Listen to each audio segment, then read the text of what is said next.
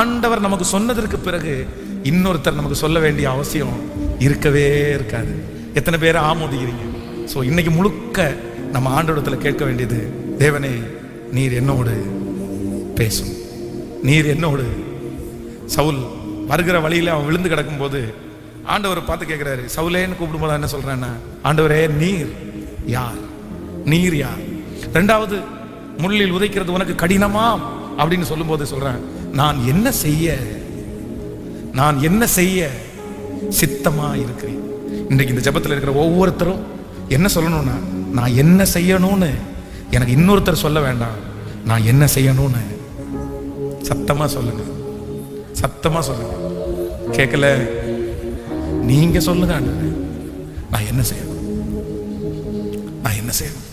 நிறைய பேர் வக்கீல் என்ன சொல்றாரு, வக்கீல் என்ன சொல்றாரு, போலீஸ்காரர் என்ன சொல்றாரு, அப்பா என்ன சொல்றாங்க, ஊர் ஜனம் என்ன சொல்லுது, மனைவி என்ன சொல்றாங்க, இல்லைன்னா உங்களுடைய சுயம் என்ன சொல்லுது.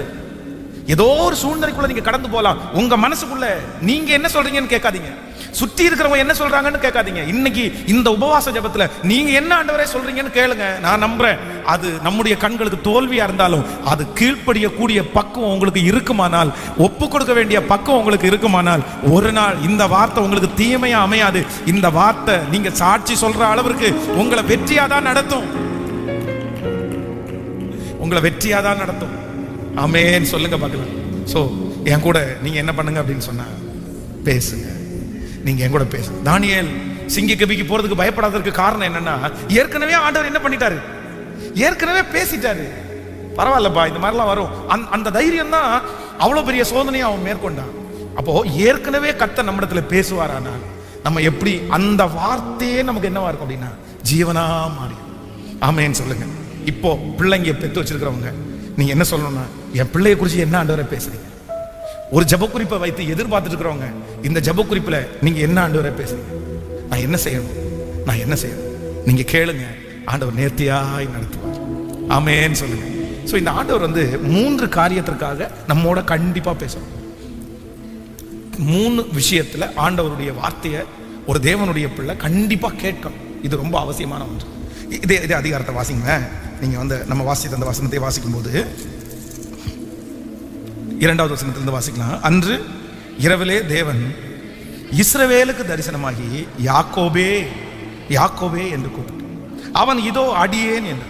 அப்பொழுது அவர், நான் தேவன், நான் உன் தகப்பனுடைய தேவன், நீ எகிப்து தேசத்திற்கு போக பயப்பட வேண்டாம், அங்கே உன்னை பெரிய ஜாதியாக்குவேன், நான் உன்னுடனே எகிப்திற்கு வருவேன், நான் உன்னை திரும்பவும் வர பண்ணுவேன். யோசேப்போ தன் கையால் உன் கண்களை மூடுவான் என்று சொன்னான். ஆமென் சொல்லுங்க. கர்த்தருடைய பிள்ளைகளே, நம்பர் 1, முதலாவதாக ஆண்டவர் ஒரு தேவனுடைய பிள்ளையினிடத்திலே பேச வேண்டிய அவசியம் உண்டு. கண்டிப்பா ஆண்டவருடைய வார்த்தையை, ஆண்டவருடைய சத்தத்தை நம்ம கேட்கணும். என்ன கேட்கணும் அப்படின்னு சொன்னா, இங்க தன்னுடைய வாழ்க்கையிலே ஒரு வார்த்தைக்காக எதிர்பார்க்கிறான், ஆண்டவருடைய காத்திருக்கிறான், ஒரு பதில் வராதா அப்படின்னு எதிர்பார்த்துட்டு இருக்கிறான். எதுக்கு அப்படின்னா, தனக்கு முன்பாக எல்லா வாசல்களும் திறந்திருக்கும் போது இந்த யாக்கோபு யாரை நோக்கி பார்க்கிறாருன்னா, நான் போகணுமா போக வேண்டாமான்னு நீங்க பேசுங்க ஆண்டவரே. கவனிங்க, உங்க வாழ்க்கையில ஆண்டவர் உங்கள்கிட்ட கர்த்தர் உங்களிடத்துல எங்க பேசணும் தெரியுமா? முதலாவதாக நம்மை சுற்றி எல்லாமே நம்மை சுற்றி இருக்கும் போது யார் நம்மோட பேசணும் தெரியுமா?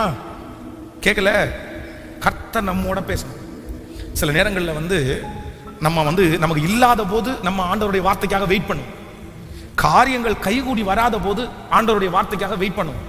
ஆனா எப்ப ஆண்டவருடைய வார்த்தையை நம்ம கேட்க மாட்டோம் தெரியுமா? நமக்கு எல்லா சூழ்நிலையும் சரியா அமைஞ்சு ஒரு வீடு கட்டணும்னு நீங்க நினைக்கிறீங்கன்னு வைங்களேன், வீடு கட்டுறதுக்கு இடம் இருக்குது, வீடு கட்டுறதுக்கு பணம் இருக்குது, வீடு கட்டுறதுக்கு ஒரு இன்ஜினியர் ரெடியா இருக்கிறாரு.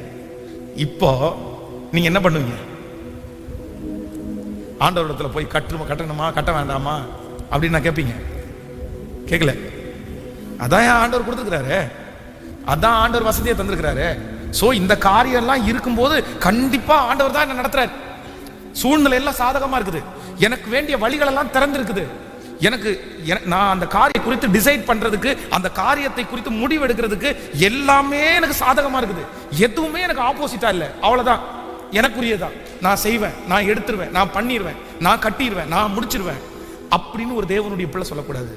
நம்மை சுற்றி எல்லாம் நமக்கு சாதகமா இருக்கும்போது ஒரு தேவனுடைய பிள்ளை ஆண்டவரத்துல போய் என்ன கேட்கணும்னா, இது உங்க சித்தமா?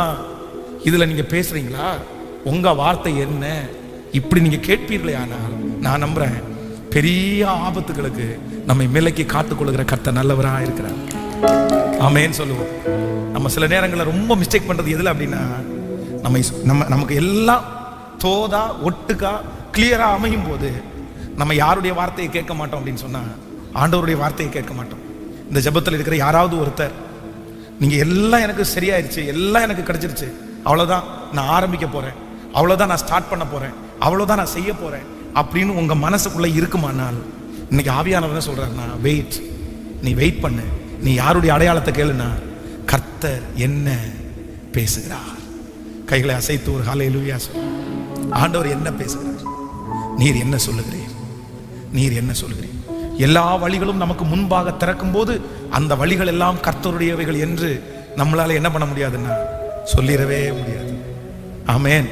அப்போ நம்பர் 1 முதல்ல ஜெபிக்க போறோம். ஆண்டவரே, எனக்கு ஒரு உணர்வுள்ள இருதயத்தை கொடுங்க. என்ன உணர்வுனா, எனக்கு டிசைட் பண்றதற்கு, எனக்கு முடிவு எடுக்கிறதற்கு 100% என்னை சுற்றி எல்லா சூழ்நிலைகளும் சரியாகும் போதும் நான் யாருடைய வார்த்தைக்காக காத்திருக்கணும்னா, உங்க பதிலுக்காக நான் காத்திருக்கக்கூடிய கிருபை எனக்கு தார். கைகளை உயர்த்தி, இது எனக்கு எப்போ இந்த வார்த்தை எனக்குள்ள ஓடிட்டே இருக்கட்டும். நீங்க ஜெபிக்க ஜெபிக்க ஜெபிக்க நான் என்ன நம்புறேன், அது ஒரு ஜெபம். இந்த ஜெபம் வந்து கர்த்தருடைய சமூகத்துல போய் இருக்கும். எப்போ உங்களுக்கு தேவைப்படுதோ அப்ப இந்த ஜெபம் உங்களுக்கு ஹெல்ப் பண்ணும், உங்களுக்கு ஒத்தாசை அனுப்பும். இந்த மாதிரி ஒரு சிச்சுவேஷன் வரும்போது உங்களை சுற்றி இருக்கிறவர்களும் உங்களுடைய மனசு வந்து டக்குன்னு போய் செஞ்சிருன்னு உன்னை உற்சாகப்படுத்தும் போது ஒரே ஒரு வசனம் மட்டும் நீங்க இன்னைக்கு ஜெபிக்கிற ஜெபம் அன்னைக்கு சொல்லும், இல்ல மகளே கொஞ்சம் பார்த்து, இல்ல மகனே கொஞ்சம் கவனமா இரு, வெயிட் பண்ணு, கர்த்தருடைய வார்த்தையை கேட்கலாமே, ஆண்டவர் என்ன சொல்றாருன்னு ஒரு டைம் பார்த்துக்கலாமேன்னு இன்னைக்கு ஜெபிக்கிற ஜெபம் 10 ஆண்டுகள் தாண்டி 5 ஆண்டுகள் தாண்டி உங்களுக்கு ரொம்ப பிரயோஜனம் உள்ளதா இருக்கும். அதனால சத்தத்தை உயர்த்தி எல்லாரும் சொல்லுங்க, ஆண்டவரே ஸ்தோத்திரம், என்னை சுற்றி முடிவெடுக்கக்கூடிய எல்லா சூழ்நிலைகளும் எனக்கு ஏதுவா இருக்கும் போது தகப்பனே சொல்லுங்க, அப்பாவை பார்த்து சொல்லுங்க, ஆண்டவரே நான் உங்க வார்த்தையை கேட்கறதுக்கு பலன் தாருங்க. பாடு கேளு, கேட்க கேட்க அந்த கிருபை பெருகிட்டே இருக்கு. நிறைய பேர் மேல பெருகிட்டே இருக்குது. எனக்கு எல்லாம் சாதகமா அமையும் போது, எனக்கு எல்லா முயற்சிகளும் ஒட்டுக்கா அமையும் போது உங்க வார்த்தையை கேட்கறதற்கு எனக்கு பலன் தாரும் ஆண்டவரே, எனக்கு பலன் தாரும் ஆண்டவரே, பலன் தாரும். நன்றியப்பா, நன்றியப்பா கர்த்தாவே, நான் நிலையற்றவன், என் கால்களை ஸ்திரப்படுதோ கர்த்தாவே, நான் நிலையற்றவன், என் கால்களை, ஓ ஹல்லேலூயா, என் பலனும் நீரே, என் கோட்டையும் நீரே, உம்மை தேடுகிறே. சொல்லும் எல்லாரும், என் பலனும் நீர், என் கோட்டையும் நீரே, உம்மை வாஞ்சிக்கிறே.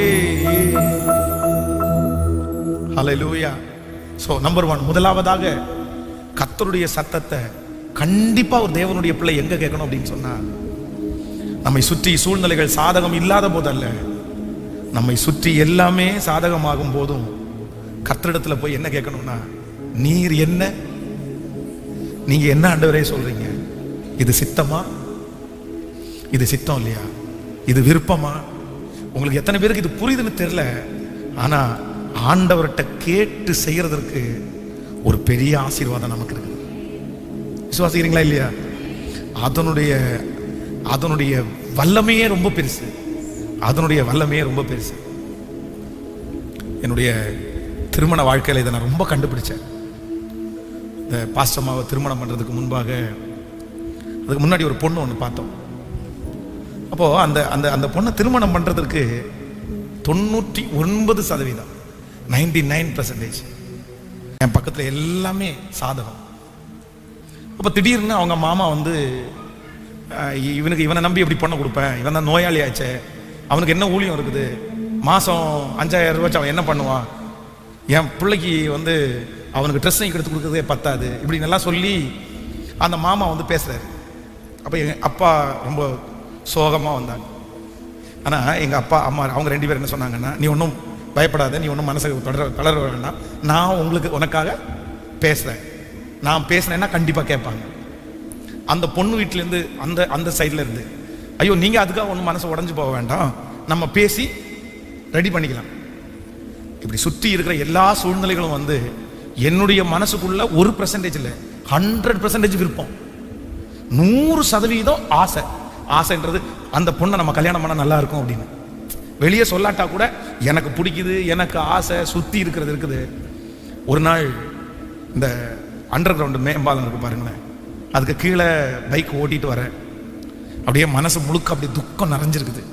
சார் நம்ம எதிர்பார்த்தது, நம்ம யோசிச்சது, நம்ம ஆசைப்பட்டது, நம்ம அப்படி கற்பனை பண்ணினது வந்து இப்படி ஒரு பிரச்சனையாக வந்து நிற்குதே அப்படின்னும் போது ஸ்ட்ரெயிட்டாக அங்கேருந்து வந்து சர்ச்சில் உட்காந்து ஆண்டவரத்தில் ஒன்று மட்டும்தான் சொன்னேன், ஆண்டவரே இதில் என்ன முடிவெடுக்கிறதுன்னு தெரில, இதை ஃபைட் பண்ணி சண்டை போட்டு பேசி இதை கண்டிப்பாக என்னுடையதாக்க முடியும்.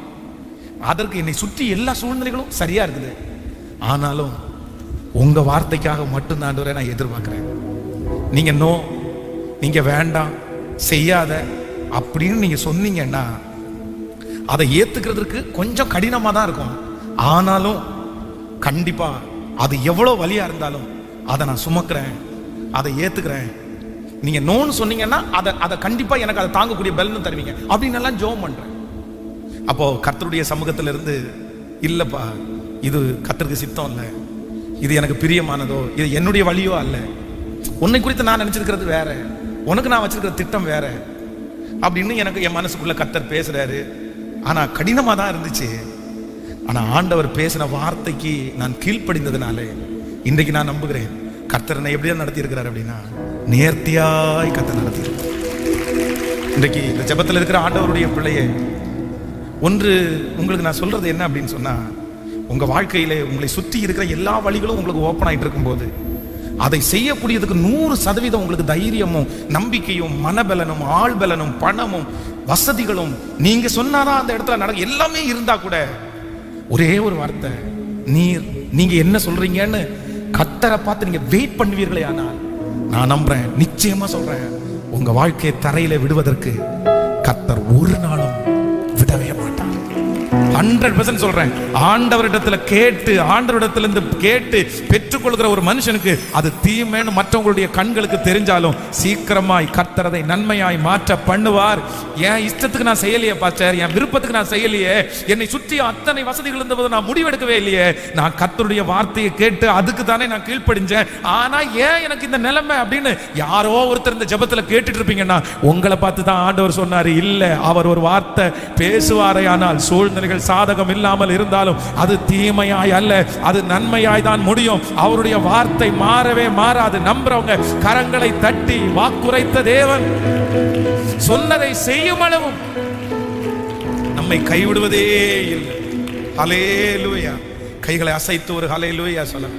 சோ சுத்தி எல்லாமே நமக்கு சாதகமா வந்தாலும் முடிவெடுக்கும் போது யார்கிட்ட போய் கேட்கணும் அப்படின்னு சொன்னா, கேட்கல, பக்கத்துல கையை பிடிச்சு சொல்லுங்க, ஆண்டவரிடத்துல போய் கண்டிப்பா நீங்க கேட்கணும். உங்களுக்கு பிடிக்குது, உங்களுக்கு பிடிக்கல, உங்களுக்கு இஷ்டம் இருக்குது இல்ல, ஆனா உங்களுக்கு ஒரு ஆள் கிடைச்சாங்க, வாய்ப்பு வந்துருச்சு, டிசைட் பண்றது யார் கையில இருக்கு அப்படின்னா கர்த்தர் கையில தான் இருக்குது. நீர் என்ன செய்ய, நான் சொல்றேன், உங்க பைபிள்ல உங்க மொபைல்ல நீங்க அடிக்கடி பார்க்கிற இடத்துல 2 வார்த்தை கண்டிப்பா எழுதப்படணும். 1, ஆண்டவரே நீர் யார், அதை நான் அறிஞ்சுக்கணும். ஆண்டவர் யார் என்ற அறிவை நான் சொல்றேன். நான் வந்து எத்தனையோ வருஷம் விசுவாசியா இருந்தேன், கிட்டத்தட்ட 6th ஸ்டாண்டர்ட்ல இருந்து அகைன் 10th வரைக்குமே சர்ச்சில் ரொம்ப நெருக்கமா இருந்தேன். ஆனா பைபிள் வாசிச்சேன், பாட்டு பாடினேன், பாஸ்டருக்கு கீழ்ப்படிஞ்சேன், எல்லாம் பண்ணேன். ஆனா ஆண்டவரை ரொம்ப அறியல, ரொம்ப உன்னிப்பா கவனிக்கல. ஆண்டவரை பிடிக்கும், ஆண்டவரை இஷ்டப்படுவேன், அவருடைய அற்புதத்தை தேடினேன். ஆனா பைபிள் காலேஜுக்கு வந்ததுக்கு பிறகுதான் எதை நினைச்சேன் அப்படின்னா, ஆண்டவரே நீர் யார், கர்த்தர் யாருன்றத அவங்க ப்ரீச் பண்ண தெரிஞ்சுட்டேன் பாருங்களேன். ஐயோ இவ்வளவு பெரிய தெய்வமா. ஆனா என் கூட 30 பேர் இருந்தாங்க, நிறைய பேர் அப்பவும் அவன் கேட்கல, காது கொடுத்து கேட்கல.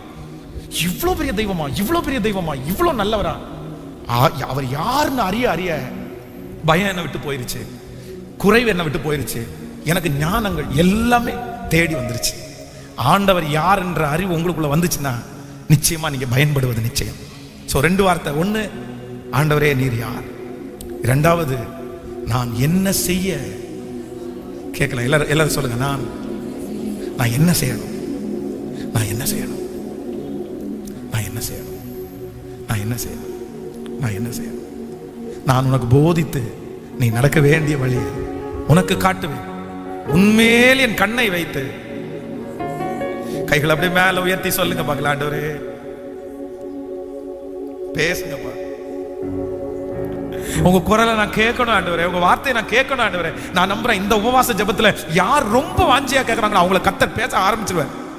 கர்த்தருடைய வருகை தாமதிக்கும்னா அடுத்த வாரம் உயிரோடு இருந்தா அந்த ஃபாஸ்டிங் பிரேயருக்கு வரும்போது நீங்க சொல்லுவீங்க, என் கூட ஏசப்பா பேசினார் பாஸ்டர், நான் கர்த்தருடைய வார்த்தையை நான் கேட்டேன், ரொம்ப நாளாச்சு பாஸ்டர் கர்த்தர் என் கூட பேசி. ஆனா திரும்ப ஆண்டவர் என் கூட பேசணும்னு நான் எதிர்பார்க்கிறேன்.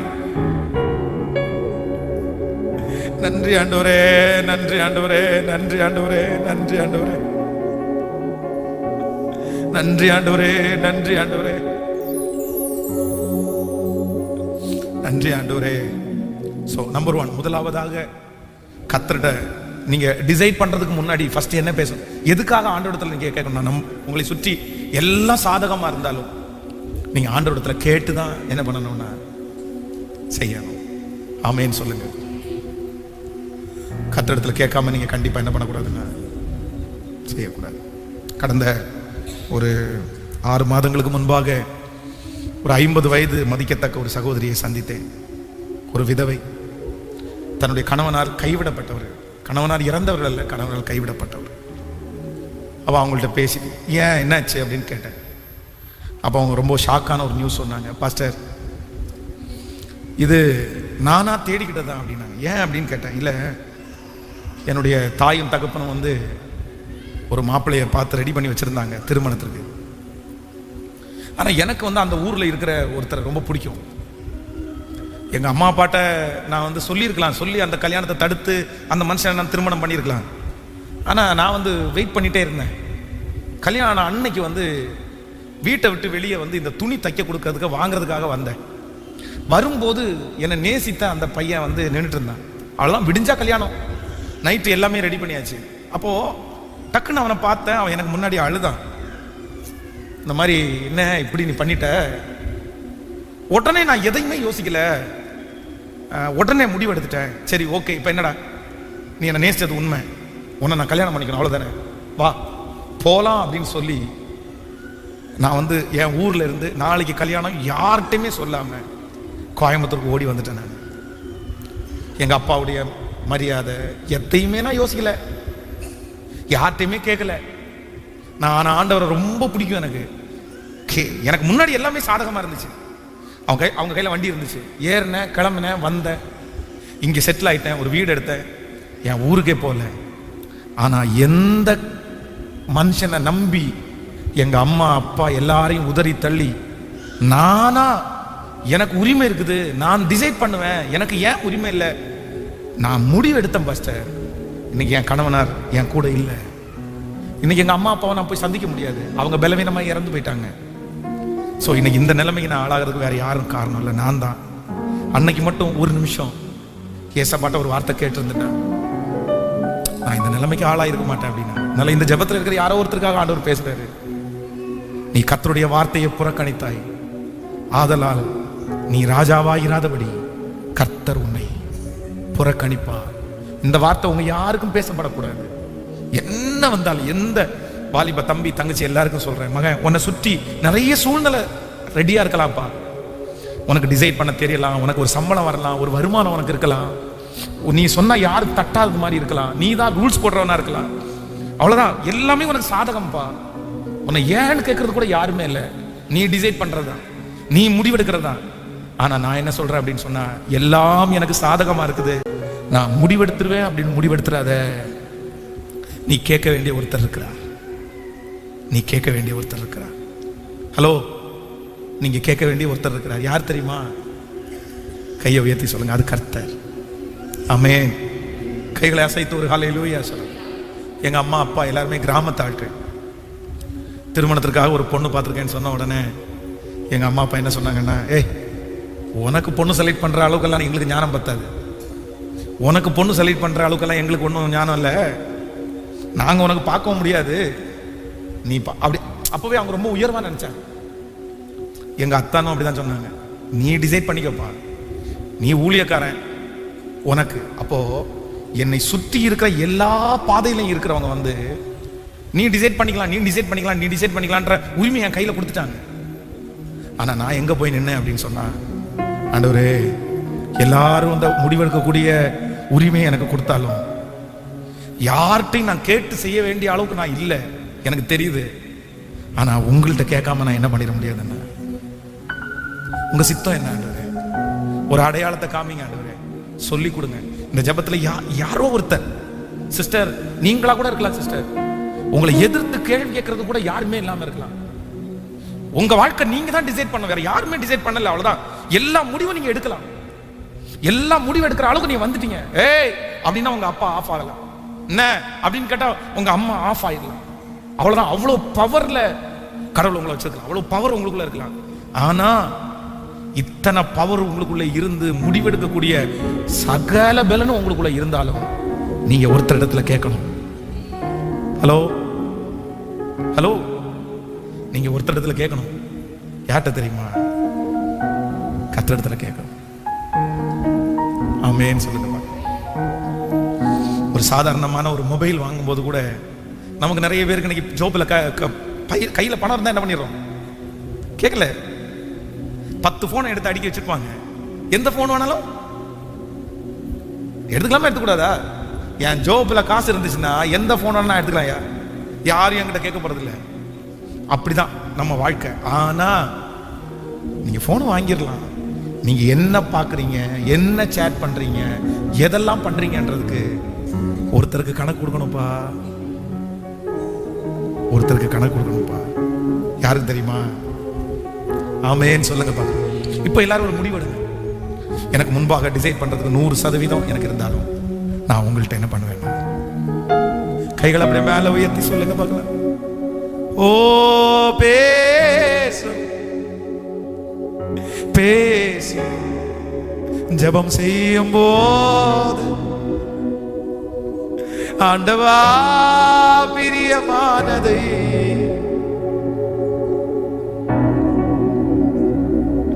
நன்றி ஆண்டவரே, நன்றி. என்னை விட்டு போகாதீங்க ஆண்டவரே, என்கிட்ட பேசாம மட்டும் இருந்துடாதீங்க ஆண்டவரே, என்கிட்ட மறுபடியும் நல்லா பேசுங்க ஆண்டவரே. நீங்க பேசுறத நான் உணரணும், நீங்க பேசுறத நான் கேட்கணும், உங்க சத்தத்தை கேட்கணும். சின்ன சாமுவேல் போய் உங்களை பற்றி தெரியாது இருந்த போதே நீங்க வாலண்டியரா போய் பேசுனீங்கல்லப்பா, என்கிட்ட பேசுங்கப்பா சத்தமா. இன்னைக்கு உபவாச ஜெபத்துல ஒரே ஒரு சத்தம் மட்டும் தான் கேட்கணும். ஆண்டவரே என் கூட பேசுங்க ஆண்டவரே. அவர் ஆழத்துவம் உள்ளவர் அல்லவா, அவர் பேசுவார். உங்க குரலை நான் கேட்கணும் ஆண்டவரே, உங்க குரலை நான் கேட்கணும் ஆண்டவரே. சொல்லிட்டே இருங்க, உங்க குரலை நான் கேட்கணும் ஆண்டவரே, உங்க குரலை நான் கேட்கணும் ஆண்டவரே, உங்க குரலை நான் கேட்கணும் ஆண்டவரே.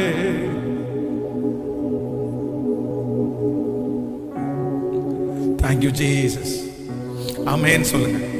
இப்படி ஆழத்துவம் கொடுங்க, ஆழத்துவம் கொடு. ஒவ்வொன்னையும் ஒவ்வொன்னையும் ஒவ்வொன்னையும் ஒவ்வொன்னையும் கேட்டு கேட்டு கேட்டு கேட்டு கேட்டு இதை செய்யலாமா ஆண்டவர், இதை செய்யக்கூடாதா, பண்ணலாம் ஆண்டவர், பண்ணக்கூடாது, இப்படி நீங்க முக்கியத்துவம் கொடுங்க. நான் சொல்றேன், நம்முடைய வாழ்க்கை ரொம்ப சிறப்பாய் வெற்றியாய் அமைது. ஹல்லேலூயா. ஸோ எல்லாரும் அப்படி எழுமி நிற்கலாமா? எல்லாரும் எழுமி நின்று ஒரே திருச்சபை, ஒரு ஊழியக்காரர், எவ்வளவு ஏழு, எவ்வளவு பெரிய ஊழியக்காரர். எவ்வளவு பெரிய ஊழியக்காரர். ஆனா ஆண்டவர் என்ன பண்ணல அப்படின்னா, ஏலிட்ட பேச விருப்பப்படவே இல்லை. சாமுவேல் ஆனா பக்தியா நடக்கிறான். ஆனா அவனுக்கு இன்னும் ஏசப்பாவுடைய வார்த்தை ஒரு டைம் கூட அவன் என்ன பண்ணல, கேட்கவே இல்லை. ஆனா ஆண்டவர் போய் யார் முன்னாடி நிக்கிறார் அப்படின்னு சொன்னா, சாமுவேலே கவனிங்க கவனிங்க, இயேசு உங்கள்கிட்ட பேசுறதை எப்ப நிறுத்துவார் தெரியுமா? நீங்க அவருடைய பேச்ச மதிக்கவே இல்லைன்னா உங்கள்கிட்ட பேசுறதை அவர் என்ன பண்ணுவார்னா, ஏலிட்ட ஏற்கனவே நிறைய டைம் சொன்னாரு, கவனிச்சுக்கடா கவனிச்சுக்கடா கவனிச்சுக்கடா. ஆனா ஏலி அதை என்ன பண்ணலன்னா ஒரு பெரிய விஷயமாவே எடுக்கல, அதை கேட்கவே இல்லை. கடைசியில ஆண்டவர் நினைக்கிறேன், அப்படியா சரி விடு. இப்போ சாமுவேலுக்கு முன்னாடி போய் நின்னுட்டு தெரியலன்னா கூட, சாமுவேலே, உடனே அவன் போய் ஏலிட்ட நின்னுட்டு, நீங்க கூப்பிட்டீங்களா? இல்லடா, போய் படுத்துக்கோ. நீங்க போய் கூப்பிட்டீங்களா? நான் சொல்றேன், சாதாரணமா யார்ட்டையும் கர்த்தர் பேசிட மாட்டாரு. இந்த சாமுவேலுக்கு எந்த அளவுக்கு குவாலிட்டின்னு பாருங்க. நீங்க வயதான ஒரு வீட்டில் ஒருத்தங்க இருக்கிறவங்க உங்க பேரை சொல்லி கூப்பிடுறாங்கன்னு வைங்களேன். நம்ம நிறைய பேர் கூப்பிடும் போது காதை என்ன நம்ம கேட்காது. நிறைய வாலிப பிள்ளைங்களுக்கு அம்மா கூப்பிடும்போது காதே கேட்காது. என்ன கூப்பிட்டீங்களா? எப்போ? அவ்வளோ கத்துனதுக்கு அப்புறம் வர்றேன், வெயிட் பண்ணுங்க, கொஞ்சம் தண்ணி எடுத்து கொடுக்கல அப்படின்னா அந்த அம்மாவுக்கு தாகம் எல்லாம் முடிஞ்சு மயக்கம் முடிச்சதுக்கு அப்புறம் தான் தண்ணியே போகும். ஆனா இந்த சாமுவேல் பாருங்க, ஏலி சாமுவேலேன்னு கூப்பிட்ட உடனே குடுகுடுன்னு எங்க போடுறாரு. அதுவும் அம்மா அப்பாவா இருந்தா கூட பரவாயில்ல, அவர் சர்ச் பாஸ்டர், அதுவும் ஏலி கிழவனா இருந்தா. நம்ம யாரு கேட்கல கேட்கல கிளவ. இன்னொன்னு யாரு, நல்ல வெயிட், ஸ்தூலித்த, நல்ல குண்டான. அப்போ நமக்கு நிறைய பேருக்கு இந்த மாதிரி ஆட்களை பார்த்தாலே கீழ்ப்படியலான்னு, அவன் என்ன பெரிய கேரக்டர் பாங்க போய் நிக்கிறான். உடனே அவர் சொல்றாரு, நான் உன்னை, நம்மளா இருந்தா என்ன பண்ணலவா, கூப்பிட்டு கூப்பிடலன்னு சொல்லி ஏமாத்திட்டு இருக்கிறியா? அமைதியா படுத்தவும் முடியாதா? அடுத்து போய் படுக்கும்போது ரெண்டாவது டைம் சாமுவேலேன்னு கூப்பிட்டா, ஐயோ இந்த கிழவனுக்கு வேற வேலையே இல்லை. இன்னைக்கு ஒருவேளை இன்னைக்கு சூழ்நிலை இருந்தா ரெண்டு இந்த யார் பட்சா இல்ல, இந்த பாட்டு கேட்பாங்கல்ல, இதை எடுத்து காதுல நல்லா சொருகிட்டு, நிறைய பேருக்கு, நிறைய மனைவிங்களுக்கும் அப்படிதான், வீட்டில் இதை மாட்டிட்டாங்கன்னா என்ன நடக்குதுன்னே தெரியல, பசங்களுக்கும் அப்படிதான் என்ன நடக்குதுன்னே தெரியல. அது செவிட்டு விரியிற மாதிரி அப்படியே நடக்கிறது, அது காதுல உள்ள மாட்டி அந்த மாதிரி மாட்டிட்டு கேட்கல அப்படின்ட்டு இருப்பாங்க. ஆனா சாமுவேலுடைய மனசை பாருங்க, ஒண்ணுமே ரியாக்ட் பண்ணல, திட்டல. ரெண்டாவது டைம் என்ன கேட்கிறாரு அப்படின்னா, என்ன? அப்போ மனிதனோ முகத்தை பார்க்கிறான், கேட்கல. மூணாவது டைம், சரிப்பா நான் உன்னை கூப்பிடல, அடுத்த டைம் இந்த மாதிரி சத்தத்தை கேட்கும்போது நீ சொல்லு, கர்த்தாவே சொல்லும், கேட்கிறேன். அப்போ ஏலிக்கு என்ன தெரிஞ்சிருக்குன்னா, ஆண்டவர் ஏன் என் கூட பேசல அப்படின்னா, நான் கேட்கல, அதனால என் கூட. இப்ப நீ சொல்லு, கர்த்தாவே சொல்லும். பிரதர் சிஸ்டர், இதுவரையிலும் இந்த ஜபத்தில் இருக்கிற யாரோ ஒருத்தர் ஏசப்பா பேசின அனுபவம் உங்களுக்கு இல்லைன்னா, நான் சொல்றேன், எப்ப ஏசப்பா உங்கள்கிட்ட பேசுற அனுபவம் வரும் தெரியுமா? கர்த்தாவே சொல்லும். உனக்கு வெறுப்பு இருக்கலாம், எரிச்சல் இருக்கலாம், கோபம் இருக்கலாம், பழி வாங்குற எண்ணம் துடிக்கலாம், என்னென்னமோ உங்களை சுத்தி ஃப்ரெண்ட்ஸ் அப்படி இப்படின்னு சொல்லலாம். ஆனாலும் இன்னைக்கு கர்த்தர் ஒருத்தட்ட பேச விரும்புறாரு, ஒரு தேவ பிள்ளையிட்ட பேச விரும்புறாரு. யார்கிட்ட தெரியுமா? கர்த்தாவே சொல்லும். யார் அப்படி நினைக்கிறீங்களோ உங்க பக்கத்துல ஏசப்பா பேசி, இங்க போகாத இங்க போன்னு கர்த்தர் சொல்ல விரும்புறார். எத்தனை பேர் ஆமோதிக்கிறீங்க? எத்தனை பேர் ரெடியா இருக்கீங்க? இந்த வார்த்தையை உங்களால சொல்ல முடியுமா? கர்த்தாவே சொல்லும். அவர் லைட்டா உங்கள்கிட்ட சொல்றாரு, மன்னிச்சிருப்பா அப்படின்னு. நீங்க உடனே, ஆண்டவரே இவ்வளவு துரோகம் பண்ணவனையா? நீங்க சொல்லுங்க ஆண்டவரே. நீ போய் சாரி கேட்டுற, என்ன ஆண்டவரே நானே தப்பு பண்ணல, அவன் பண்ண தப்பு அவ்வளவு பெரிய தப்பு, நான் ஒரு சின்ன தப்பு தான் பண்ணேன், சாரி கேட்க சொல்றீங்க. சாரி கேட்கறியா? நீங்க சொல்லிட்டீங்க இல்லப்பா, சாரி. கர்த்தாவே சொல்லும். கேட்கல? இந்த வார்த்தையை எத்தனை பேரால சொல்ல முடியும் சொல்லுங்க? இப்போ என்ன பார்த்து கேட்போம், பாஸ்டர் சொல்லுங்க நான் கேட்கறேன்னு சொல்லுவீங்க. பாஸ்டர் சொன்னா என்ன சொல்லுவாரு? இதை கொஞ்சம் கூட்டி விட்டு போமா, இதை எடுத்து வச்சுட்டு போங்க, காலையில் பிரேயருக்கு வாங்க. இதெல்லாம் உங்களால என்ன பண்ண முடியும்? செய்ய முடியும். அதே பாஸ்டர் சண்டை போட்டு வந்தல, போய் உடனே மன்னிப்பு கேட்கணும் அப்படின்னோடனே, நீங்க வேற பாஸ்டர், அதெல்லாம் முடியாது, அதெல்லாம் எப்படி? அப்போ நம்ம நிறைய விஷயம் நம்ம பிடிச்சிட்டு இருக்கிற விஷயத்தை நம்மளால கீழ்ப்படிய முடியாது. ஆனா உண்மை இன்னைக்கு கர்த்தர் பாதத்துல நீங்க சொல்லுங்க, கர்த்தாவே சொல்லும். உடனே உங்க காதுக்கு பக்கத்துல வந்து அப்படியே மனசு விட்டு பேச ஆரம்பிப்பார். இந்த வார்த்தைய சாமுவேல் சொன்ன உடனே தன்னுடைய இருதயத்துல இருக்கிற அத்தனை ஆதங்கத்தையும் என்ன பண்ணிட்டார் ஆண்டவர்? அப்படியே கொட்டிட்டாரு. ஏலியை நம்பினடா கைவிட்டாடா, ஏலியுடைய பிள்ளைகளை நம்பினடா கைவிட்டாங்கடா, இப்படி பாடுறா, இது நடக்குதா, இது நடக்குதா, இது மொத்தத்தையுமே. அடுத்த நாள் காலையில வந்து ஏலி வந்து நின்று இருக்காரு. என்ன ஆண்டவர் உங்ககிட்ட என்ன பேசினாரு அப்படின்னு. இவனுக்கு சொல்லவா வேண்டாமான்னு அவன் குடும்பத்தை பற்றி, பரவாயில்லப்பா சொல்லுப்பா. மொத்தத்தையும் ஒரு சின்ன பையனை நம்பி ஏசப்பா சொல்றதுக்கு என்ன காரணம்னா ஒரே ஒரு வேர்டு தான் சிஸ்டர், ஒரே ஒரு வேர்டு தான் பிரதர், கர்த்தாவே சொல்லும். மகா இன்னைக்கு ஏசப்பா உங்க கூட பேசுறதுக்காக ரெடியா இருக்காரு. மகன் உங்க கூட ஏசப்பா பேசுறதுக்கு ரெடியா இருக்காரு. பிரதர் சிஸ்டர் தாய் தகப்பனே உங்க கூட ஏசப்பா பேசுறதுக்கு ரெடியா இருக்காரு. ஆனா அவர் ஒரே ஒரு வார்த்தையை மட்டும் தான் கேட்கிறாரு. நீங்க என்ன சொல்லணும்னா கர்த்தாவே சொல்லும். கேட்கல, அவர் என்ன சொல்லுவாருன்னு உங்களுக்கு தெரியும். உங்க நிறைய பேர் இப்பவே நீங்க கெஸ் பண்ணிருப்பீங்க. ஏசப்பா உங்க பக்கத்துல வந்து நின்னு உங்கள்கிட்ட பேசினா என்ன பேசுவாருன்னு உங்களுக்கு தெரியும். நிறைய பேருக்கு ஃபர்ஸ்ட் என்ன பேசுவாருன்னு நினைக்கிறீங்க? மகனே உன்னை நம்பி 1000 தருவேன் அப்படின்னு பேசுவாரு. கேட்கல, நீ தராசுல நிறுத்தும் போது நீ குறைவா இருக்கப்பா, நீ ஏன் இப்படி பண்ற, நீ ஏன் இப்படி செஞ்ச, நீ ஏன் இப்படி நடக்கிற, வேண்டாப்பா, அதை தூக்கி போட்டுருவியா? அப்ப அந்த வார்த்தையை நீங்க சொல்லுவீர்களே. ஆனால் திரும்ப திரும்ப உங்கள்ட்ட பேசிட்டு ஒரு 10 டைம் கைய மேல உயர்த்து, கர்த்தாவே சொல்லும். சரண்டர். கேட்கல, அது எதுவா இருந்தாலும் நான் கேட்டுக்கிறேன் ஆண்டவரே.